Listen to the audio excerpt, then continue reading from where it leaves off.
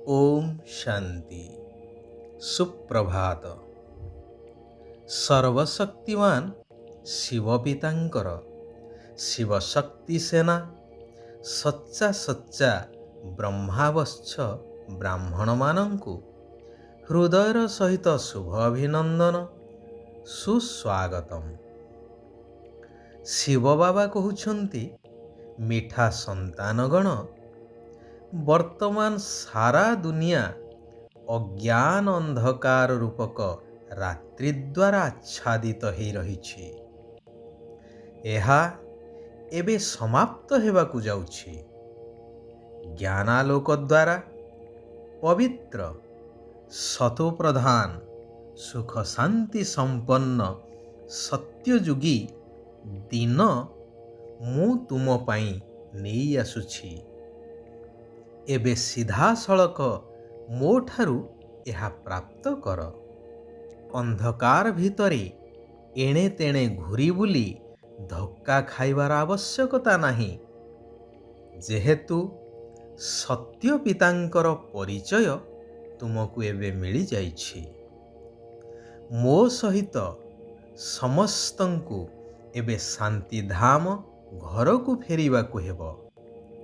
तेबे एही स्थिति केवल प्राप्त होई पारिबो जोग शक्ति द्वारा।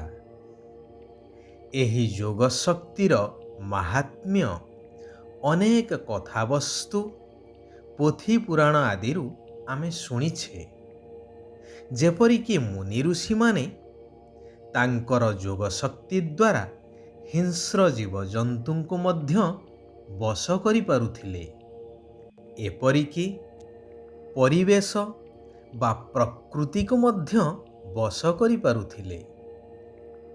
ताहा हेउछि पुणी तत्व जोग बा हठ जोग द्वारा। आहुरी एक मुख्य कथा मध्य हेउछि जे ब्रह्मा संकल्प द्वारा सृष्टि रचना करिबा। संकल्प द्वारा सृष्टि रचना करिबा अर्थात संकल्प सही भली सिद्ध हेबा दरकार।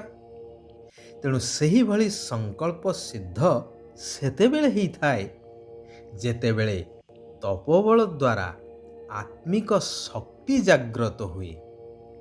तेबे जहा गायन अछि कि भारतर प्राचीन राजयोग अर्थात जेउ जोग द्वारा राज्य प्राप्त ही थाए ताहा समस्तंकु स्वीकार करिवाकु हेबो।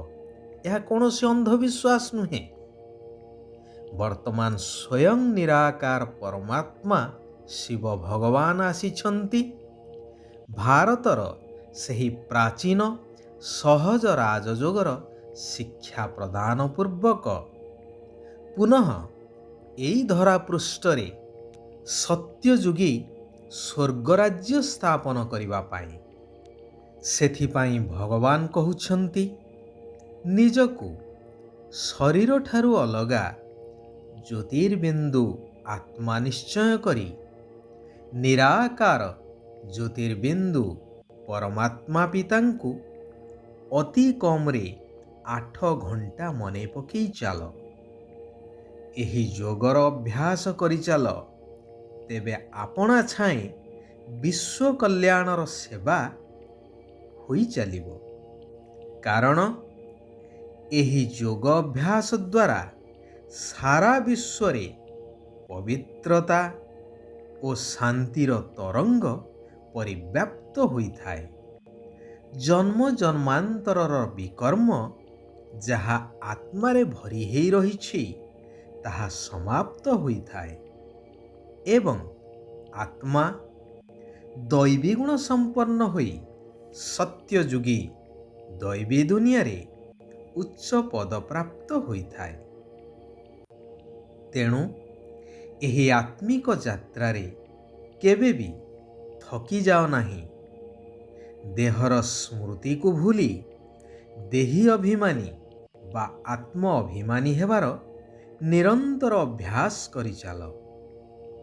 गीतरे मध्य सचेतनतार वार्ता दे चलुछंती ना कि रात के राही थक मत जाना सुबह का मंजिल दूर है नहीं। अर्थात ଭକ୍ତି ମାର୍ଗର କଳିଯୁଗୀ ରାତ୍ରିର ପଥିକ ଥକି ଯାଅ ନାହିଁ। ଏହି ରାତି ଏବେ ଶେଷ ହେବାକୁ ଯାଉଛି ଏବଂ ସତ୍ୟଯୁଗୀ ନୂଆ ସକାଳ ଆଉ ଦୂର ନାହିଁ। ଗାୟନ ଅଛି, ଭଗବାନ ଅନେକ ଧର୍ମର ବିନାଶ କରି ଏକ ସତ୍ୟ ଧର୍ମର ସ୍ଥାପନା କରୁଛନ୍ତି। ତେବେ ଭଗବାନ କହୁଛନ୍ତି, ମୁଁ ତୁମମାନଙ୍କୁ ଅଧାକଳ୍ପ ଅର୍ଥାତ୍ 2 ଯୁଗ ସମ୍ପୂର୍ଣ୍ଣ ସୁଖ ଶାନ୍ତିର ସମ୍ପତ୍ତି ଦେବା ପାଇଁ ପ୍ରଥମେ ତୁମକୁ ସଚ୍ଚା ବ୍ରାହ୍ମଣ ଧର୍ମର କରାଉଛି, ଅର୍ଥାତ୍ ବ୍ରାହ୍ମଣ ଧର୍ମ ସ୍ଥାପନ କରୁଛି। ପୁଣି ଦେବତା ଏବଂ କ୍ଷତ୍ରିୟ ଏହିପରି 3 ଧର୍ମର ସ୍ଥାପନା ଏକା ସାଥିରେ କରୁଛି। ଏହା ବହୁତ ଗୁହ୍ୟ ଏବଂ ବୁଝିବାର କଥା। ସତ୍ୟର ରହସ୍ୟକୁ ନ ଜାଣିଥିବା କାରଣରୁ ଏପଟେ ଗୀତାରେ କୃଷ୍ଣ ଭଗବାନ ୱାଚ ଲେଖିଦେଇ ସେପଟେ ଗୀତା ଉପରେ ହାତ ରଖି ମିଥ୍ୟା ସତ୍ୟ ପାଠ ବା ମିଥ୍ୟା ପ୍ରତିଜ୍ଞା ମଧ୍ୟ କରୁଛନ୍ତି। ସେହିମାନଙ୍କୁ ପ୍ରଶ୍ନ ପଚାରିବା ଦରକାର କି ଶ୍ରୀକୃଷ୍ଣ ବର୍ତ୍ତମାନ ହାଜିର ନାଜିର ଅଛନ୍ତି ନା ନିରାକାର ପରମାତ୍ମା ହାଜିର ନାଜିର ଅଛନ୍ତି? ସମସ୍ତେ କେବଳ ଦ୍ୱନ୍ଦ୍ୱରେ ପଡ଼ୁଛନ୍ତି। ଯାହା ଏପଟେ ଶିବଙ୍କୁ କହୁଛନ୍ତି ବ୍ରହ୍ମେଶ୍ୱର ଅର୍ଥାତ୍ ବ୍ରହ୍ମର ଈଶ୍ୱର, ସେପଟେ କହୁଛନ୍ତି ବ୍ରହ୍ମ ହିଁ ଭଗବାନ। ବ୍ରହ୍ମ କହିଲେ ତତ୍ତ୍ୱ, ଯାହାର ଈଶ୍ୱର ବା ମାଲିକ ହେଉଛନ୍ତି ନିରାକାର ପରମାତ୍ମା। ସେଥିପାଇଁ ତାଙ୍କୁ ବ୍ରହ୍ମେଶ୍ୱର ବୋଲି କୁହାଯାଉଛି। କିନ୍ତୁ ମାନବକୃତ ବିଭିନ୍ନ ଶାସ୍ତ୍ର ଆଦି ପଢ଼ି ମନୁଷ୍ୟଙ୍କର ଆଜି ଅଡ଼ୁଆ ସୂତାର ଖିଅ ଖୋଜିଲା ପରି ଅବସ୍ଥା ହେଇଯାଇଛି। ସେଥିପାଇଁ ଗୀତାର ମହାବାକ୍ୟ ଅନୁସାରେ ବର୍ତ୍ତମାନ ଭଗବାନ ଆସିଛନ୍ତି ସମସ୍ତଙ୍କୁ ଠିକଣା ବାଟ ଦେଇ ମୁକ୍ତି ଆଉ ଜୀବନ ମୁକ୍ତି ପ୍ରଦାନ କରିବା ପାଇଁ। ତେଣୁ ସମ୍ପୂର୍ଣ୍ଣ ନିଶ୍ଚୟ ବୁଦ୍ଧି ଆତ୍ମା ହୋଇ ଦୃଢ଼ ସଂକଳ୍ପ କରିବାର ଅଛି ଯେ ଶିବ ବାବାଙ୍କର ହାତ କେବେ ହେଲେ ଛାଡ଼ିବି ନାହିଁ।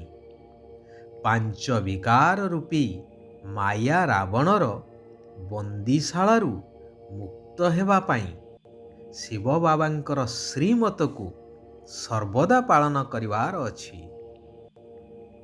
ମନ୍ଦିର ଯୋଗ୍ୟ ଅର୍ଥାତ୍ ଦେବୀ ଦେବତା ସଦୃଶ ହେବାର ପୁରୁଷାର୍ଥ କରିବାର ଅଛି।